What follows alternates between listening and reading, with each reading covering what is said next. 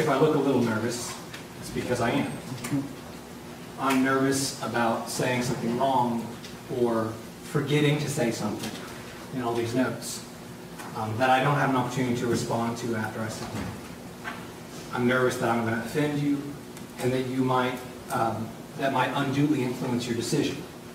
Please keep in mind that all statements made by me and by counsel of both sides at this stage of trial is argument, and that means it's not evidence in itself. You can't consider argument as evidence in this case. You're limited to considering the evidence from that witness stand and from up here on these papers and videos. I wish I could tell you what happens upon a verdict of what we call NGRI, or not guilty by reason of insanity. We wish we could tell you what happens. We can't. It's in the instructions. You're not authorized to consider that. I will tell you that there are 3 separate verdicts. There are 3 separate verdict forms for each count. There are 2 counts, that makes 6. So there are 6 separate verdict forms, 3 on each case. And not guilty and not guilty by reason of insanity are 2 separate and distinct verdicts.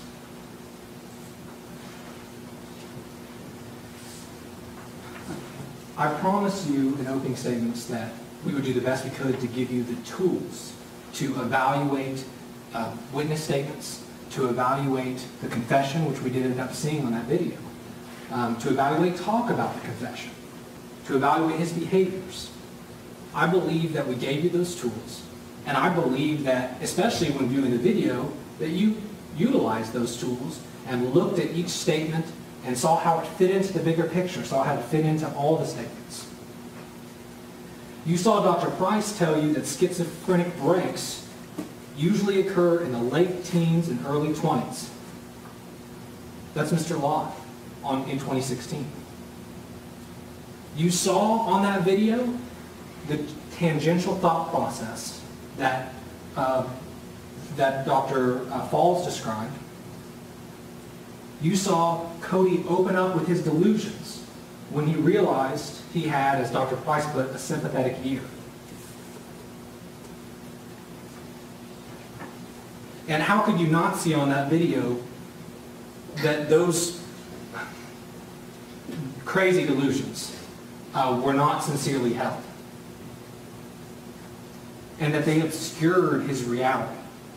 They obscured his knowing right from wrong.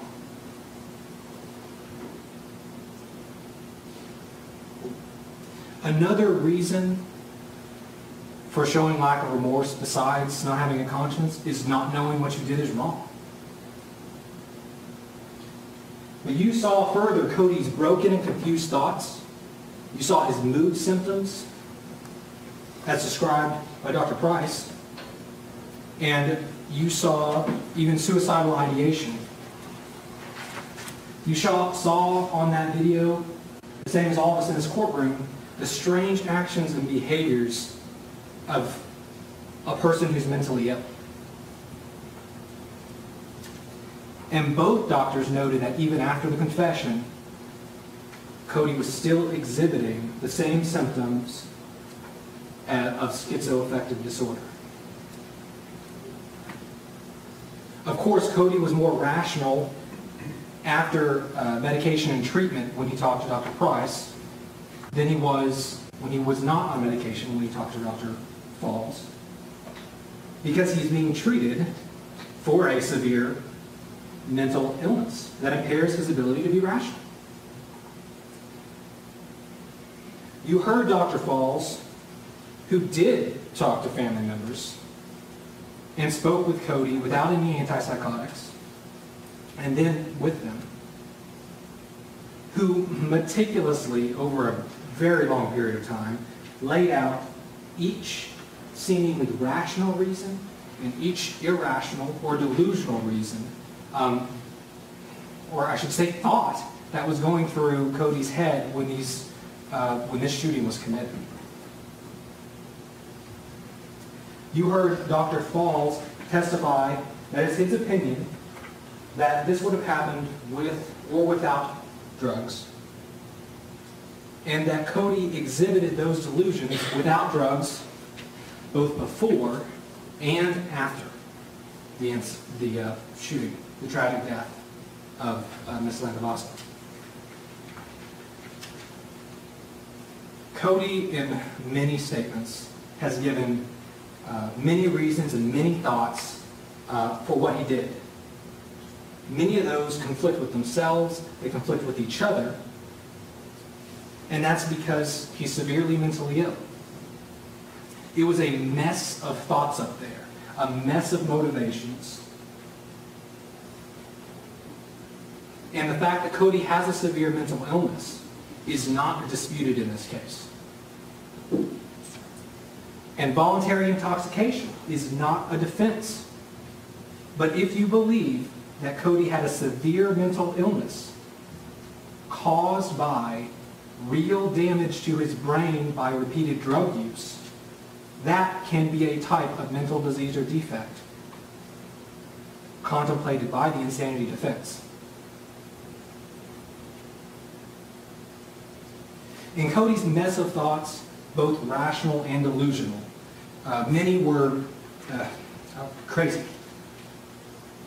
He stated he believed, in the interview, he stated he believed that doctors prescribed drugs, referring to antipsychotics, rot his brain. He killed Miss Landavaso, but he didn't want her to suffer. He talked about his birthday repeatedly and about the colors. He talked about fate and about superimposing numbers and how that was really meaningful to him. He talked about a cult in Houston. He talked about changing. He talked about seeing people change into animals when he wasn't on drugs.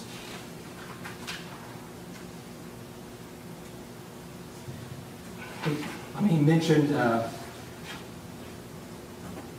how he was born because of a fortune teller who consulted with his dad. There are a lot of thoughts that are crazy.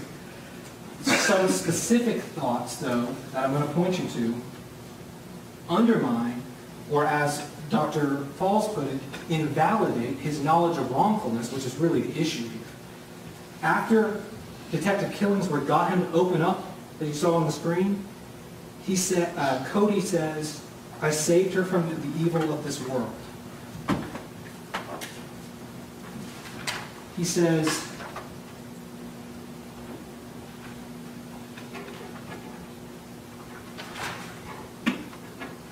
that this is the way God works. He uses the devil to call his children home because that's the only way you can go through a righteous death. She's in a better place, and that's all that matters. So I thought I was going to go ahead and save her from the evils of this world, you know. Those bits I picked out of the statement that he made to detectives, to the detectives, including Detective Killingsworth. Those need to be taken in the context of his entire statement. But the reason I don't want you to forget, the reason I picked those out is I don't want you to forget about them. Because I expect the state will get up here, just like Dr. Falls did, and talk about all these rational other reasons he also had in his head when this was going on.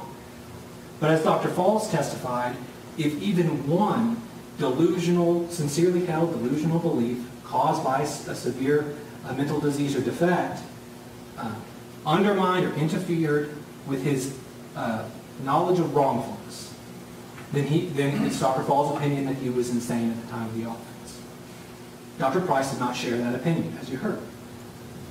Ultimately, you are the only people in this room, not the judge, not I, nor the state's attorneys, nor anyone in the gallery, can make the decision of sanity. You're the only people who can do that. I trust you to do that. You are the only people who can determine the credibility of the evidence and of the witnesses. Attorneys say, and it holds true, that jurors shouldn't leave their common sense at the door. I think that was mentioned in jury selection if you remember. Don't leave your common sense at the door. You can use your common sense. It's another way of saying you can make rational inferences from this evidence. You don't need to be an expert on insanity when you watch that video to see how insane Kody is. How insane he was in September.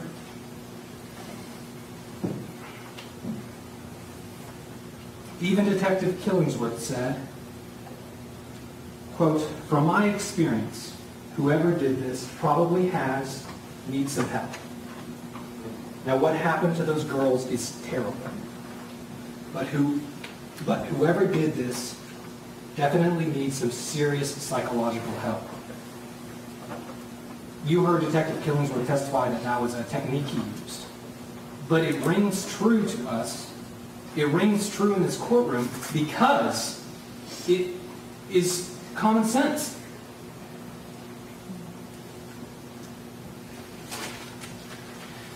I'll put it this way. In jury selection, Mr. Poole stood up here and described two criminal scenarios.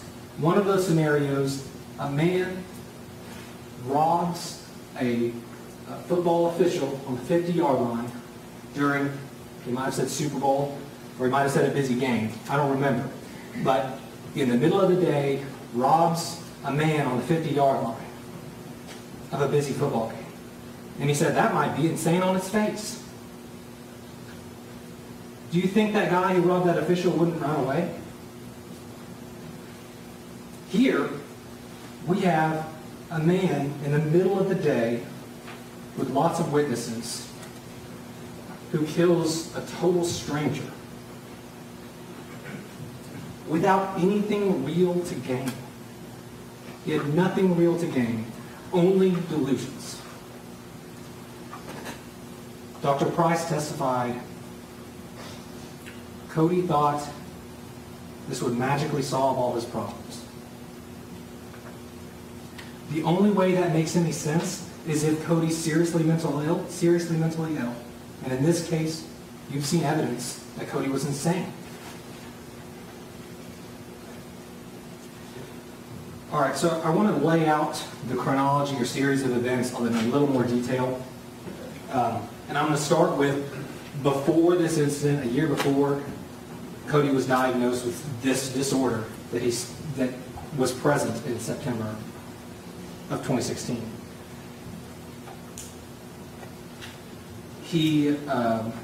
This was during he was discharged with that diagnosis after a period of sobriety. In other words, after he was sober and the drugs were not in his system.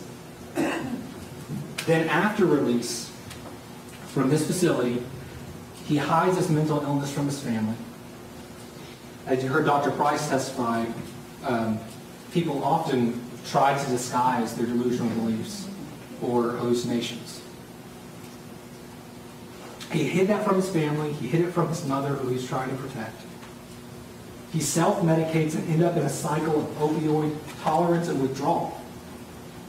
Then he shoots Miss Smith and Miss Linda Vaso during the middle of a clear day with witnesses, as I talked about earlier. When he's pulled over 48 hours later, he immediately consents to the search of his car before even being asked to consent. He just says, "You want to search my car?" This was the same car he used in the shooting 48 hours before. When he's in the back of the patrol car, you saw the enhanced video, he looks up.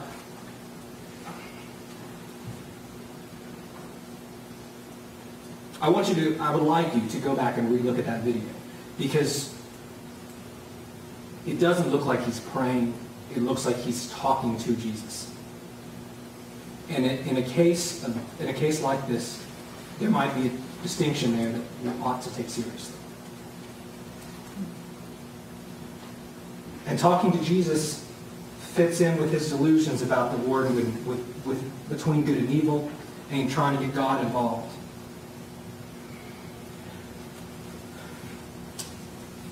Those delusions, which he told Detective Killingsworth 48 hours after the murder.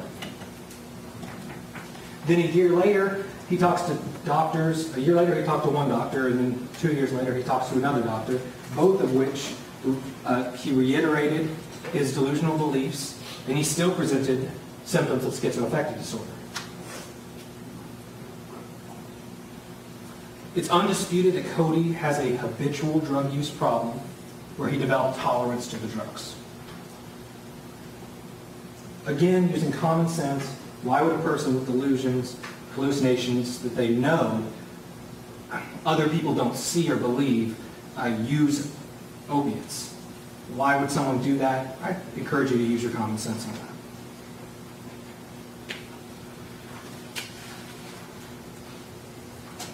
He was trying, Dr. Falls testified, he was trying to maintain a baseline. He was trying to maintain, he had so much tolerance, he described it as being high, but in reality, he was just trying to stay as normal as he could and avoid those withdrawal symptoms we saw right there in that video. The state wants you to totally believe in Kody's self-reported drug use, but they want to gloss over all of the delusional thoughts he had that led to him not knowing the wrongfulness of his conduct. That's all self-reported as well. And keep in mind, the government did have an opportunity to drug test Kody within 48 hours, but there's no evidence they did.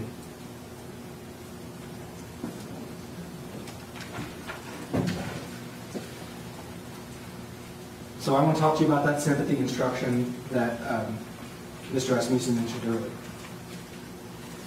It's okay, it's entirely okay to acknowledge the emotion in this room. That's okay. It's okay for you to feel for the witnesses. It's okay for you to feel for these girls in this case.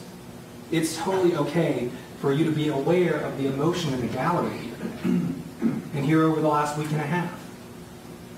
What that instruction asks you to do is to not let your own sympathy, those feelings, to not let those interfere with your deliberations, to not let those affect your verdict. Your job is to objectively evaluate the evidence in the context of the entirety of the evidence. You have to strive to be like Dr. Ogden. Remember how she sat up there and she was professional. And she said, it takes a special type of person to do what she does. Well, you are all special people selected from a big jury panel, and you are on this jury because we believe you can do your job.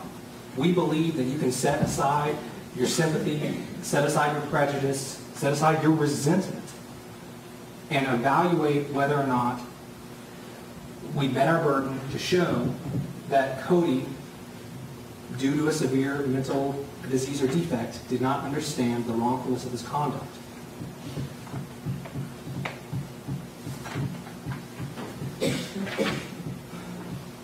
Okay, I'm going to talk about verdict options. As I mentioned, there were six verdict forms. The 6 verdict forms are 3 for Michaela Smith and 3 for Lauren Landavazo. You can, if you believe that Kody was sane for legal purposes for a verdict for Michaela Smith with an aggravated assault, if you believe that he was sane for that shooting and that his delusions did not interfere with what he did in that case, you can find that case as a guilty verdict if that's what you so believe. But if you further believe that we met our burden to show he was insane for the shooting of Lauren Landavazo, you as a jury are empowered and authorized to find that he was insane in the murder case. That is entirely your choice. And again, you're the only people in this room who can make that decision.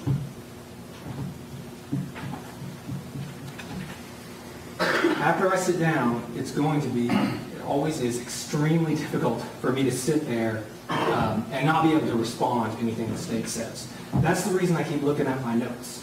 I know that it's not as smooth, it's not as slick as not having my notes here with me. But I don't want to forget anything. I want to show you everything in this case. I want you to know as much as you can so you can make the right decision. After you examine the evidence, I'm going to ask you to find return a verdict of NGRI or not guilty by reason of consent. Thank you.